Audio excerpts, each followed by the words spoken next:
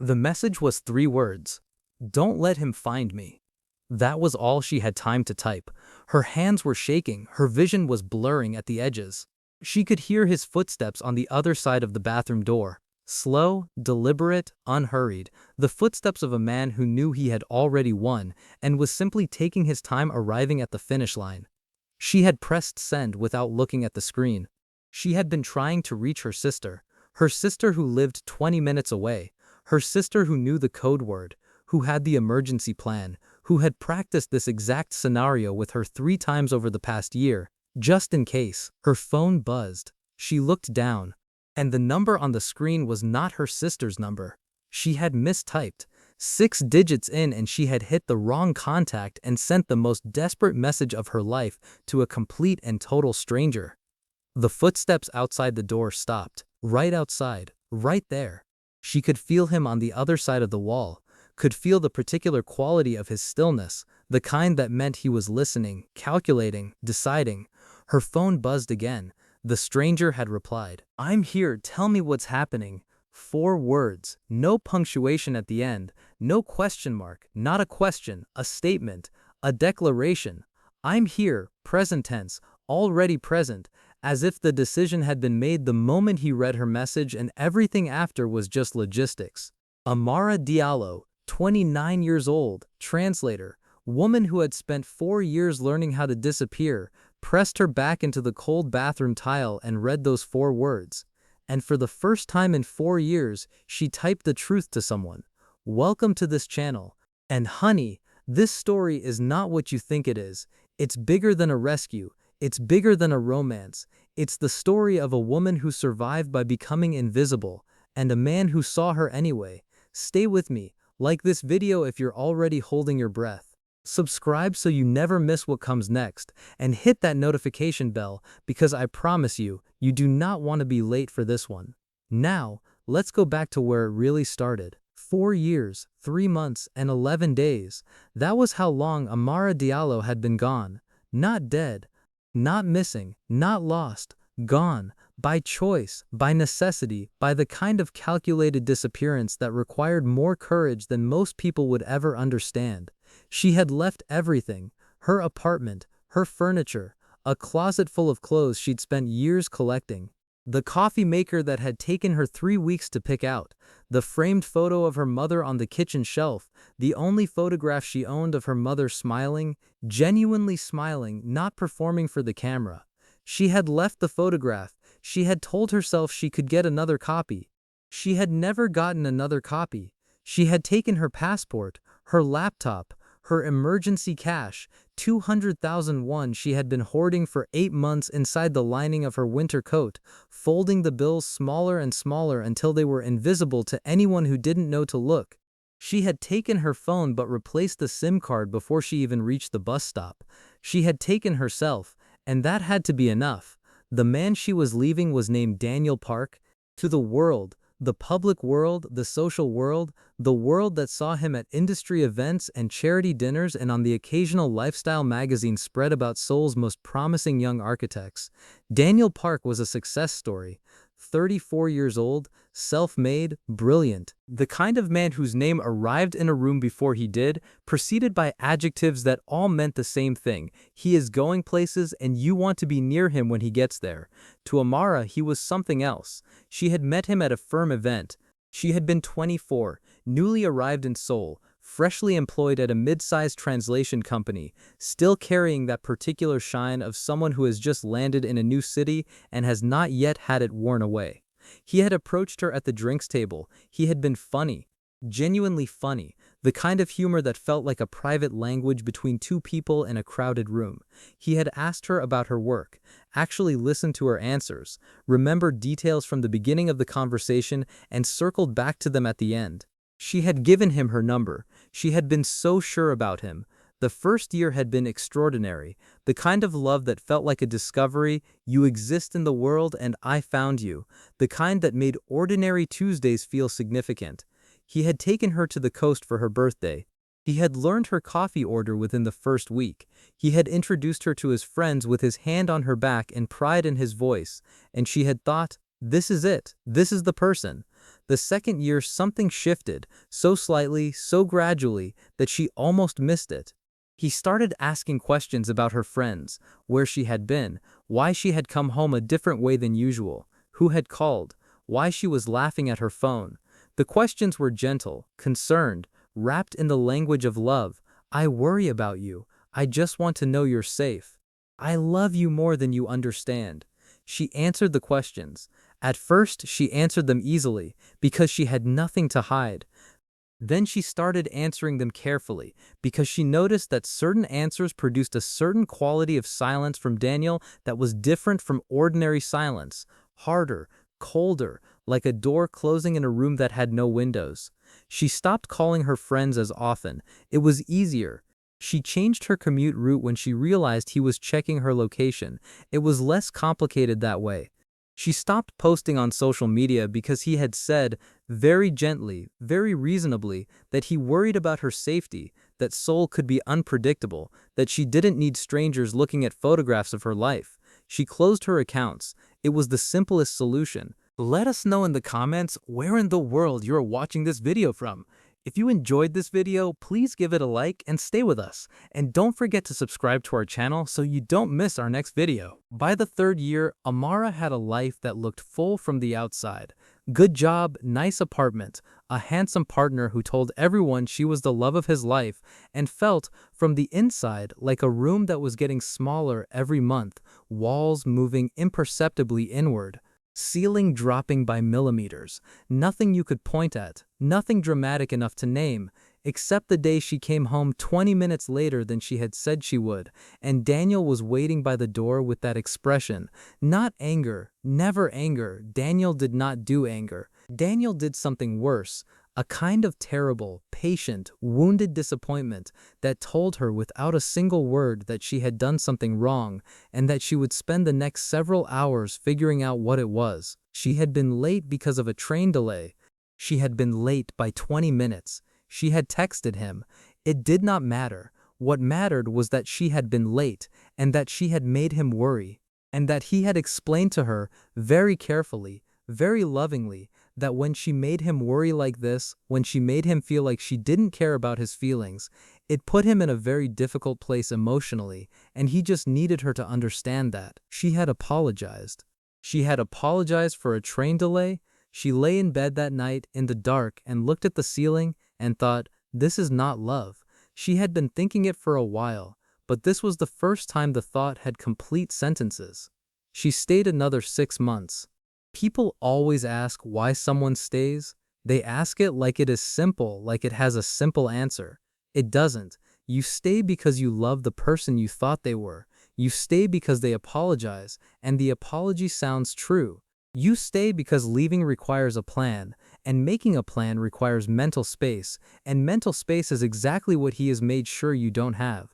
You stay because you have been trained, slowly and expertly, to believe that the problem is you. And then one morning she woke up early and watched him sleeping beside her and thought, if I stay another year, I will not recognize myself in any mirror. She got up, she made coffee, she went to work, she opened a new bank account at a branch he had never visited. She began saving 2,000 won a week. She began researching Goshiwon in neighborhoods on the other side of the city. She began practicing, in her head, the steps of leaving, the way athletes practice their event, over and over and over until the movement becomes automatic, until panic cannot interrupt it. 8 months later, she walked out while he was at a work dinner. She had been so careful. She had been so extraordinarily careful. And still, 4 years and 3 months later, she came home on a Tuesday in October to find a white lily on her doorstep. White stem, black ribbon, the way he had always brought flowers at the beginning. He had found her. Kang Ji-hoon was not a man who answered unknown numbers. He was not, in general, a man who did things without a reason. Every movement in his day was purposeful. Every conversation was directed toward an outcome he had mapped in advance. He had been operating this way since he was 19 years old, which was when he had decided, with the particular cold clarity of someone who has looked at the world and understood its actual rules, that the gap between the powerful and the powerless was mostly a gap in information. Who had it? Who didn't?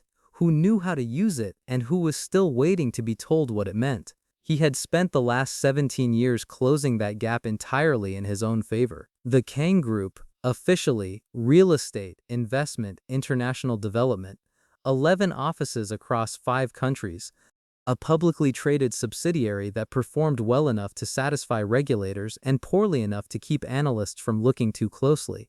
A board of directors who understood that their role was largely ceremonial, underneath the official structure, in the architecture that did not appear on any company filing or shareholder report, something considerably more significant. The kind of organization that kept Seoul's more interesting economies moving, that settled disputes that could not be settled in court, that made things possible and impossible in ways that did not leave paper trails. Ji-hoon had not inherited this. He had built it, piece by piece, deal by deal, relationship by relationship, over the course of 17 years, during which he had made exactly 3 mistakes and had used each of those mistakes as precisely as other men used victories. He was, by any meaningful measure, one of the most powerful men in this city. He was also, at 11:47 on a Tuesday night in October, standing at the window of his 43rd floor penthouse in the middle of a briefing about a shipping contract he already knew the outcome of, watching rain collect on the glass and feeling something he would not have been able to name, which was a rare and faintly uncomfortable sensation for a man who prided himself on being able to name everything. His phone buzzed on the table behind him. He didn't look. It buzzed again. He looked. Don't let him find me. Unknown number. No contact name. No context. He set the phone down. Hyun-soo, his second in command, a man of precise efficiency and very few opinions, which were the 2 qualities Ji-hoon valued most in a person he saw every day, glanced at him from across the room. Ji-hoon picked the phone back up. Wrong number. Clearly. The message was intimate in the way that messages to strangers never were. No explanation, no setup, just the raw center of a fear. The kind of text you sent to someone who already knew your situation, who only needed the final update. She had meant to send this to someone else. He should have set it down. He typed, "I'm here. Tell me what's happening." He stared at what he had written. He sent it. Hyun-soo's expression did not change. He had worked for Ji-hoon for 9 years. He had learned to read the absence of expression as clearly as other people read a face. 40 seconds later, a reply. Wrong number. I'm sorry. Please forget I sent that. Ji-hoon, you sent it to me. That means I'm involved now. Tell me what's happening. A longer pause. There is a man. He found my apartment. I've been hiding from him for 4 years and he found me and I'm in my bathroom and I don't know what to do. Something in Ji-hoon went very still, not the kind of still he performed in boardrooms, the controlled stillness of a man managing information, something older, something that lived in a part of him he didn't spend much time visiting. He had a sister, past tense. She had been 22. She had loved a man who smiled in public. Ji-hoon had not known until it was too late. That particular not knowing had taken up permanent residence in him 17 years ago, and he had built an empire partly around the fact that he was never, ever not knowing anything again. He typed, "Address. I can't send my address to a stranger." You already told a stranger you're hiding in your bathroom from a man who found you after 4 years. The address is less dangerous than the silence. Another pause, longer, then, an address. Mapogu, residential building, 4th floor. He looked at Hyun-soo. Get the car, Mapogu. Hyun-soo asked no questions. This was also something Ji-hoon valued in him. He typed to the unknown number, 15 minutes. Don't open the door for anyone. When I knock it will be 3 times, pause, 2 times. Those are the only knocks you answer. He was already moving toward the elevator. Amara read his instructions 3 times. 3 knocks, pause, 2 knocks. She was sitting on the bathroom floor with her knees pulled to her chest and her phone held in both hands like it was the only solid thing in the room. The overhead light was off. She had turned it off 20 minutes ago instinctively, as if darkness could make her smaller, less findable, less real. She could hear Daniel moving through her apartment. He was not hurrying. He never hurried. This was one of the things she had once found compelling about him, that quality of absolute unhurried certainty, the sense that he existed at a pace slightly slower than the rest of the world because he had already decided how everything would turn out. She had thought it was confidence. She had learned, slowly, that it was something else. It was the certainty of a man who had never once been told no by someone who stayed no. Amara. His voice came through the door, conversational, as if they were in the kitchen and he was asking her preference for dinner. I know you're in there. I saw the light under the door. She stopped breathing. I'm not angry, he said. I want you to understand that. I'm not angry at all. I've been worried about you. 4 years. Can you imagine how I felt for 4 years, not knowing where you were, not knowing if you were safe? A pause. That's not love, Amara. What you did, leaving like that, without a word, that's not what you do to someone who loves you. She recognized this, the reframing, the transformation of her escape into a cruelty she had committed against him. She had spent 3 years learning the architecture of his logic, the way it always arrived at the same destination. Whatever happened, she was the cause of it. Whatever he felt, she had made him feel it. Whatever he did, she had made him do it. She did not open the door. I just want to talk, he said. That's all, just talk. We don't have to go anywhere. We don't have to do anything. Just open the door and let's talk the way we used to. Remember how we used to talk? His voice dropped to something softer. Do you remember? She remembered. She remembered very well. And she remembered that this was how it always began. Her phone lit up. 10 minutes out. Is he inside? She typed back, yes. Outside the bathroom door. Stay exactly where you are. Do not speak to him. Do not respond to anything he says. I'm almost there. Do not respond. She pressed her lips together and fixed her gaze on the dark opposite wall and did not respond. Daniel tried the door handle, locked, obviously. Amara, the softness was gone now, replaced by something that was not quite hardness, harder than hardness somehow. The particular quality of his voice when he had decided that patience was no longer useful. Open the door. She didn't move. I will stand here all night, he said. You know I will. I've been looking for you for 4 years. I can stand outside the bathroom door. A knock at the front door. 3 times. Pause. 2 times. She heard Daniel go still. The specific quality of his stillness was different from usual, not calculated, not controlled, surprised. He had not expected this. Let us know in the comments where in the world you are watching this video from. If you enjoyed this video, please give it a like and stay with us. And don't forget to subscribe to our channel so you don't miss our next video. She heard him move toward the front door. She heard the front door open. And then she heard a voice that was not Daniel's, low even, carrying the particular weight of a man who never raised his volume because he had never needed to. I think, the voice said, you have the wrong apartment. Daniel, who are you? This is my girlfriend's. I know whose apartment this is. A pause, not a silence. A pause which was different, deliberate, controlled. The woman inside is not available to you. I recommend you understand that quickly. You have no idea what you're getting into. Daniel's voice had shifted into its most dangerous register, the one that had no volume, just precision. This is a personal matter. You should leave. It stopped being a personal matter, the voice said, when she asked for help. A silence. Then, something she couldn't fully interpret from behind the bathroom door. Movement. More than one set of footsteps. And then Daniel's voice, for the first time in 4 years, doing something it had never done in front of her. Cracking. Get your hands off me. I'm telling you, you don't know who I am. I know exactly who you are. The voice again. Still that same low-level register. Like water moving over stone. Not dramatic, just constant and eventually capable of moving anything. Daniel Park, architect. Son of Kangwon Park of Park Development Group. You have been building a paper trail for the last 2 years that would be very interesting to certain people. Another pause. You do not want me as an enemy. Leave. A long, loaded silence. And then footsteps, moving toward the front door. Moving out. The front door closed. Then, 3 knocks. Pause. 2 knocks. Amara's hands were shaking as she turned the bathroom lock. She opened the door. Kang Ji-hoon was standing in her hallway. She had not known what to expect. She had built an image from 4 words on a screen. I'm here, tell me. And the image she had built was generic, approximate, a placeholder. What she had not expected was this: a man who looked like the concept of authority made physical. Tall, sharp features, dark eyes that were looking at her with the complete, unhurried attention of someone who was in absolutely no hurry and had absolutely no need to perform anything at all.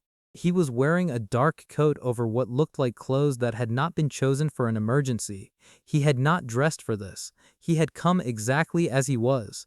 "You're not hurt?" he said. It was not a question, an assessment. "No," her voice was steadier than she expected. "Good." He looked at her for a moment, that same unhurried attention. Then, "We need to move you tonight. This address is compromised." "Where?" "Somewhere safe. I'll explain everything." He paused. "You can say no. I want to be clear about that.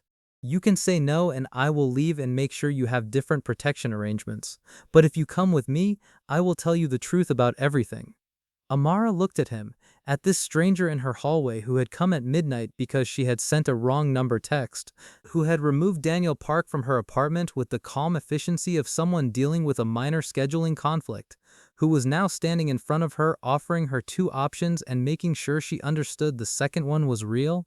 "Okay," she said. He nodded. No triumph in it. No satisfaction, just, "Okay, next." "Do you have a bag?" he asked. "Give me 3 minutes. She took 4. He didn't mention it. She found out his name from the internet. She had his phone number now. He had given it to her in the car, calmly, the way you gave someone a number they would need. She had typed it into a search and the search had returned nothing, which told her more about him than a search result would have. She had typed the number of the building into a different search, and that had returned something. Kang Group, Kang Ji-hoon, chairman. She had looked at the results for a long time in the hotel room, wrapped in a bathrobe she'd found in the closet, while the city moved 43 floors below her in its early morning configuration. She met him at 8 the next morning in the hotel's private dining room. He was already there. No jacket this time. A plain dark sweater, sleeves pushed to the elbow, a cup of tea untouched. His phone face down on the table. She sat across from him and looked at him directly. She had decided, somewhere around 4 in the morning, that if she was going to survive this, she needed to know exactly what kind of danger she had walked into. Amara Diallo had not survived 4 years of hiding by being careless with information. "Kang Group," she said. Something almost moved across his face. "You researched." "Of course I researched. You know what I found?" "Very little," he said. "By design." "That's not comforting." "It's not meant to be comforting. It's meant to be accurate." He picked up his tea, set it down again. "What do you want to know?" "What you are," Amara said. "Not the official version, the real version." He looked at her, that long, considering look she was already beginning to recognize, the one that seemed to be asking whether she was sure she wanted the answer she was asking for. "I run an organization," he said. "It operates in spaces that the official economy doesn't fully cover. The work is not legal in the conventional sense. The methods are not gentle." He held her gaze. "I am not a safe person to know." "Then why are you here?" "Because you asked for help." "I texted a wrong number." The intention was the same. He paused. "I have not a rule, a principle. 17 years ago, I failed to help someone who needed it because I didn't know she needed it. I don't permit that failure twice." Something in the way he said it, the flatness, the precision, told her this was not a rehearsed explanation. It was a scar he had learned to describe without touching. She said quietly, "Who was she?" A long pause. "My sister." The dining room was very quiet. "I'm sorry," Amara said. "So am I." He looked at his tea. "Daniel Park has been in financial dealings with one of my competitors. I know who he is. I have known for some time that he was not a good person. I was not aware of you, of what he had done before you left him, of the 4 years." He looked back up. "I should have put those pieces together. You couldn't have known about me. I was trying very hard not to exist." "You succeeded." Another almost movement near his mouth. "The wrong number was your first mistake. You keep saying that. It keeps being true." Amara looked at him across the table. This man who had come at midnight and removed a threat she had spent 4 years running from as if it were an inconvenience. Who was now sitting in front of her admitting he was dangerous and giving her accurate information about it? Who was offering her something she couldn't quite name yet? Not safety exactly. Something that required more from her than safety. Something that treated her like a person who could make choices, rather than a person who needed to be managed. What happens now? She asked. Daniel Park has a problem, Ji-hoon said in the tone of someone stating a fact about weather. It is being managed. What does that mean? It means he will not find you again. He paused. The details are better for you not to know. She considered this. And me? What happens to me?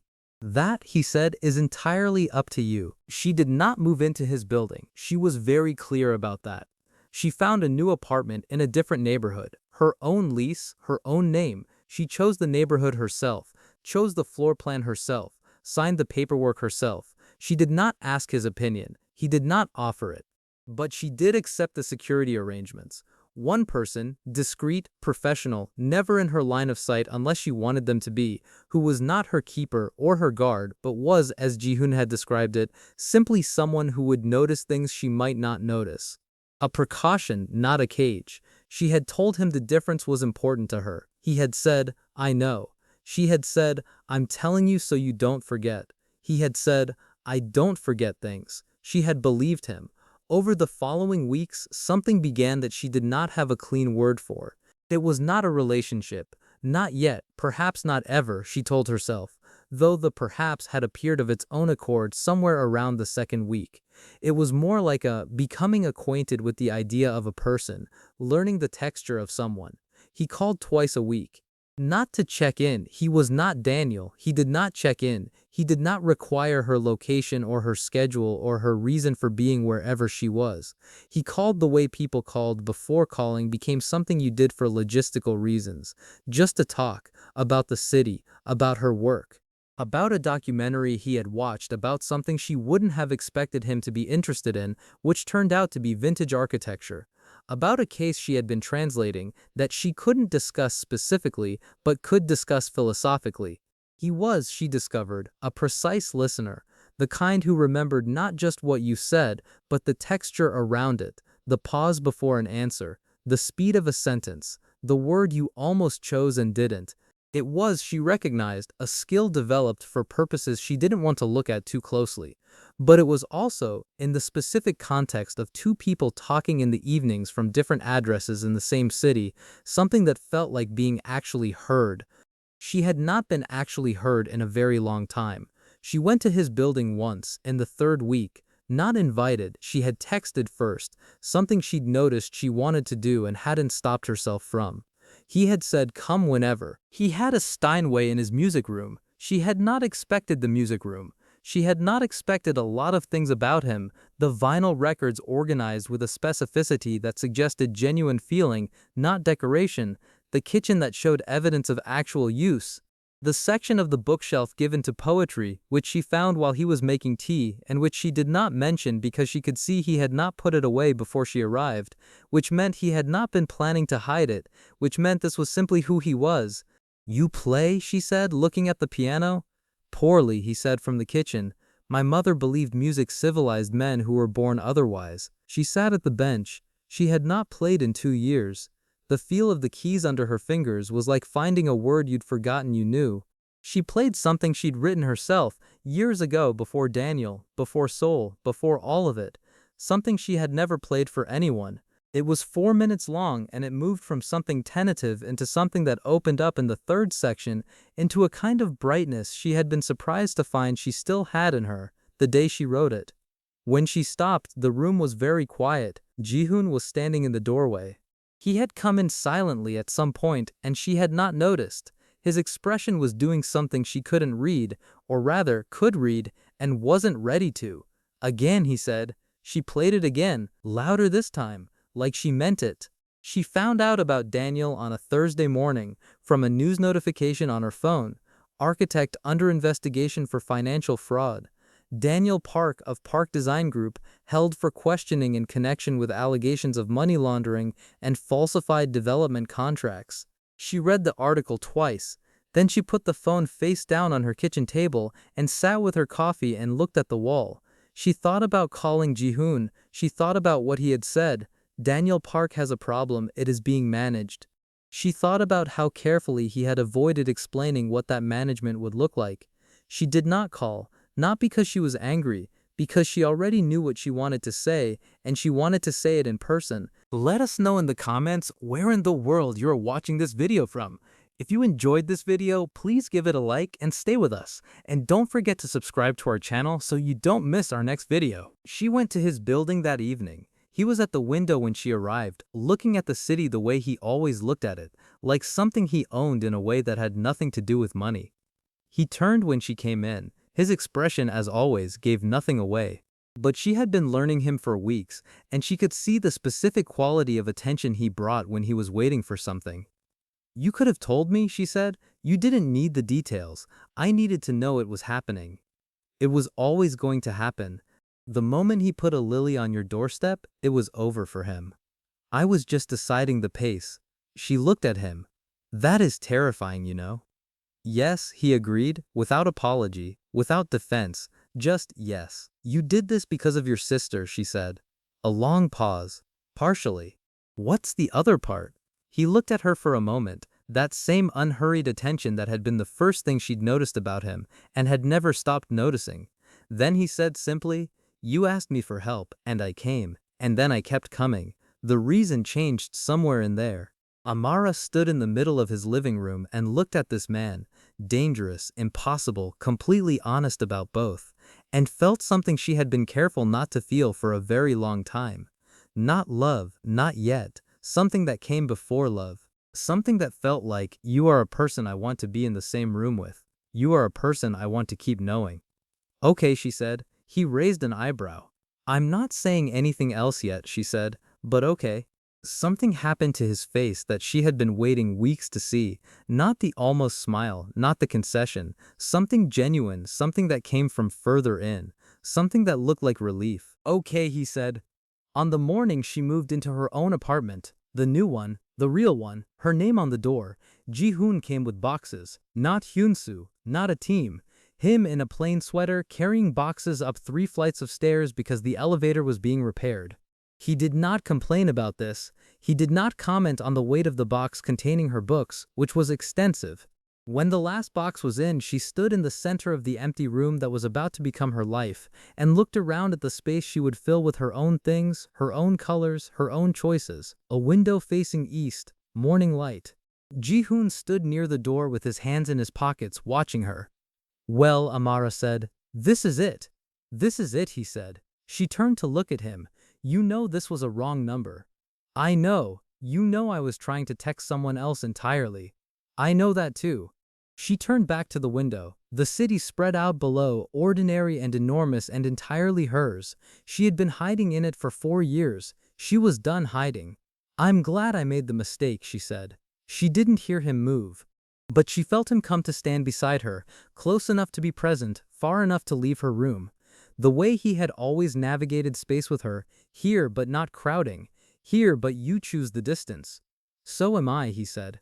Below them, Seoul moved through its morning the way Seoul always did. Delivery bikes and cafe steam and the particular quality of early light that made the city look almost gentle. A city she had hidden in, survived in, and was now, slowly, imperfectly, with a wrong number text and an impossible man and a piano she was finally playing again, beginning to live in. For every woman who ever had to start over from nothing, this one is for you. For every person who learned to be invisible just to survive, you deserve to be seen. Like this video if you believe in second chances, subscribe if you stayed until the very end, and drop a comment. Did you trust Ji-hoon from the first message, or did he have to earn it? I'll see you in the next story.